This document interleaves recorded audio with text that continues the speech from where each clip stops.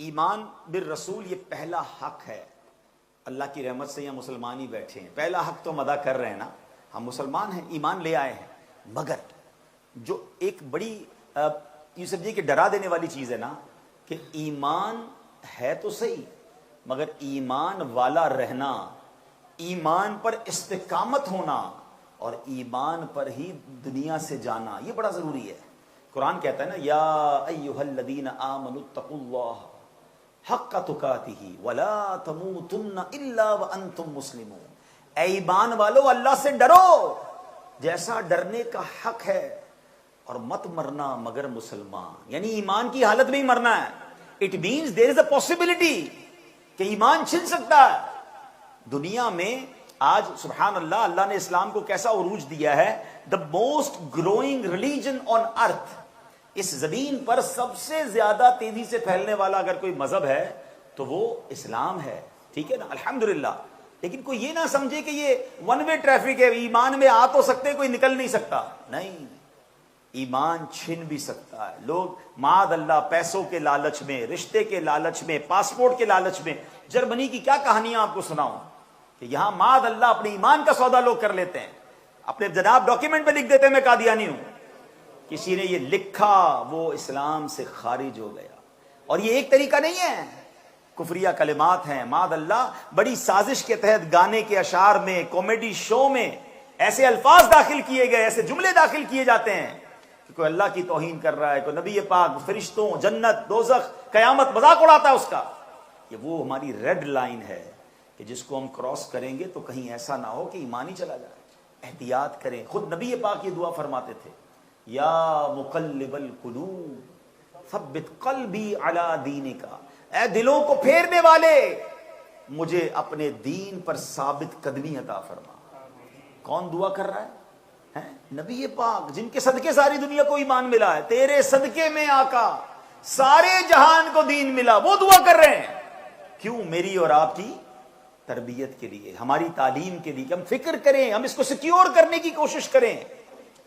اپنے mobile phone, اپنے پیسے, اپنا پاسپورٹ, اپنی گاڑی, اپنی ہر قیمتی چیز کی ہم حفاظت کرتے ہیں. مگر کبھی سوچا کہ ایک مسلمان کے پاس سب سے قیمتی چیز کیا ہے؟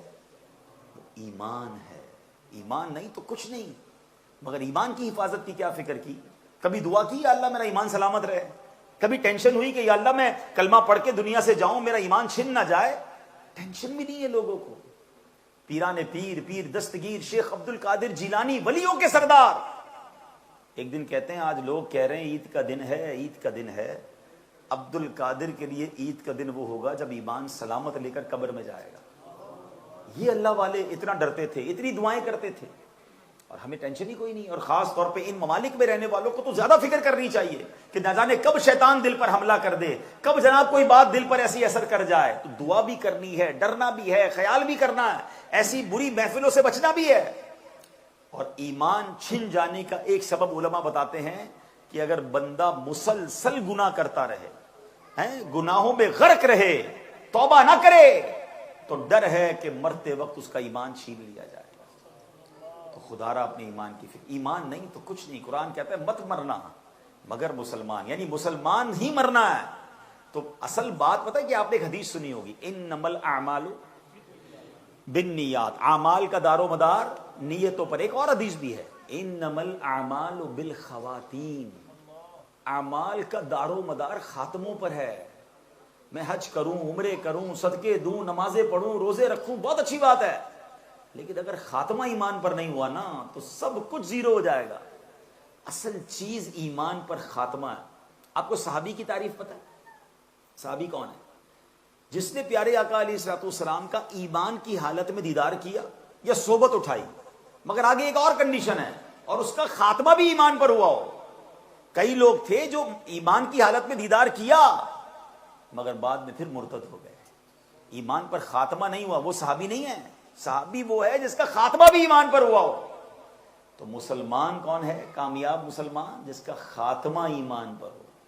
اللہ کرے یہ بات سمجھ آ جائے اور مجھے اپنے ایمان کی فکر ہو جائے. ایمان کو بری صحبتوں سے بچوں, برے لوگوں سے بچوں. ہر کسی سے دین سیکھنا ہے, کمال ہے ویسے. اب سوشل میڈیا پہ ہر بندہ آ کر دین کی تشریح کر رہا ہے اور ہم بھی سب کی سن رہے ہیں. اور اللہ کے بندوں اتنی ہوشیار لوگ ہیں آپ لوگ، گھر بنانا ہو تو بلڈر کے پاس جاتے ہیں، علاج کروانا ہو تو ڈاکٹر کے پاس جاتے ہیں، اور دین سکھانے کے لیے جو بھی آ جائے اس سے سیکھیں گے۔ بھائی دین سیکھنے کے لیے بھی کسی ایکسپرٹ کے پاس جائیں نا، کسی مفتی سے سیکھیں، عالم دین سے سیکھیں، مگر جس کی جب مرضی وہ دین کی تشریح کرے اور ہم سن کے کنفیوز ہوتے رہتے ہیں۔ کوئی بھی آ کر ایک ویڈیو بناتا ہے، ہم ٹینشن میں آ جاتے ہیں، یار یہ تو یہ کہہ رہا ہے، ہم ٹھیک ہیں کہ نہیں ہے۔ ارے اتنا کمزور ہو بھائی کہ ایک ویڈیو سے ہل جاتے ہو؟ اپنے عقائد اور اپنے معاملات کو سیکھ تو لو کہ قرآن و حدیث سے ثابت ہیں، اور ان چیزوں میں اتنے مضبوط ہو جاؤ کہ کوئی آپ کو ہلا نہ سکے۔ مگر آج ہماری قوم بڑی جلدی کنفیوز ہو جاتی ہے، کیونکہ ایک ویڈیو دیکھی تو اچھا بھائی ہم تو غلط ہے، یہ ہم تو غلط کر رہے ہیں، تو کسی حدیث کی بات کر رہا ہے۔ بھائی آدھا قرآن اور آدھی حدیث سے تو کوئی بھی کسی کو بہکا دے گا۔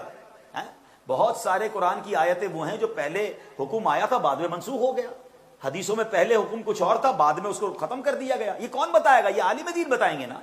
میرا یہ موضوع نہیں ہے، ورنہ ایسی کئی قرآن کی آیتیں میں آپ کے سامنے پڑھوں تو آپ کہیں اللہ اکبر یہ حکم ہے، لیکن جب دوسرا حکم آئے گا سامنے تو پھر پتہ چلے گا کہ نہیں اب حکم یہ ہے۔ یہ تو وہ ایسا عالم دین ہو جس کی پوری قرآن و حدیث پہ نظر ہو، پھر وہ ہماری تربیت کرے تو ہمیں ہماری تربیت ہوگی نا۔ تو یہ بات ہم نے سمجھنی ہے۔ آگے چلتے ہیں۔ اب اگلا جو حق ہے پیارے آقا علیہ الصلوۃ والسلام کا، اتباع سنت رسول، یعنی نبی پاک کی سنت پر عمل کرنا۔ اور سنت پر عمل کیا کمال کی چیز ہے۔ اللہ فرماتا ہے قل ان کنتم تحبون اللہ، ہم میں سے کون ہے جو چاہتا ہے، وہ کہتا ہے میں اللہ سے محبت کرتا ہوں، ساری کہتے ہیں، مگر کنڈیشن قرآن نے کیا بیان کی؟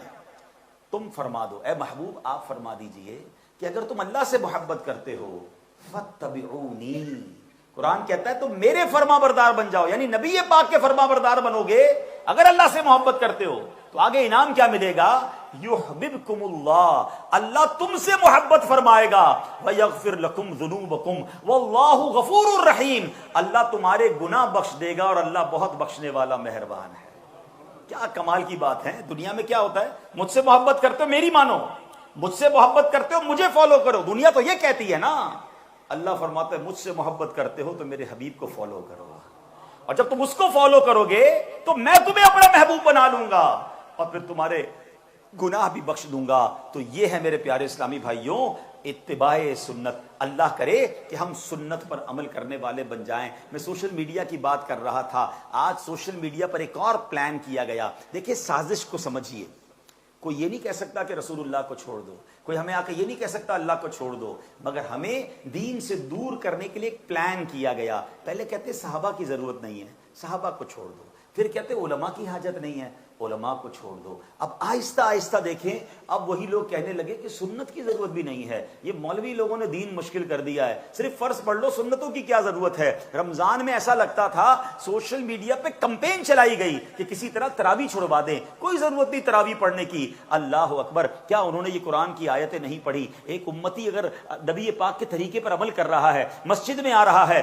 نمازیں پڑھ رہا ہے، سجدے کر رہا ہے، تمہیں پرابلم کیا ہے؟ ارے یہ چاہتے یہ ہیں کہ ایک ایک کر کے کسی طرح دین سے دور کیا جائے۔ اللہ اکبر، جو سنت سے دوری کی بات کرتے ہیں، آؤ میں ان کو ایک حدیث سناتا ہوں۔ میرے آقا فرماتے ہیں میرے آقا فرماتے جس نے میری سنت سے محبت کی، ومن احب سنتی فقط احبنی، وہ کیسا ہے؟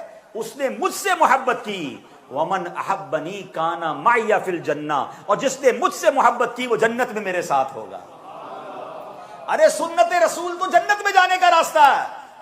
اور ایک اور حدیث آپ نے کئی بار سنی ہوگی، فمن رغب عن سنتی فلیس منی، جس نے میری سنت سے منہ موڑا وہ مجھ سے نہیں، وہ ہم میں سے نہیں۔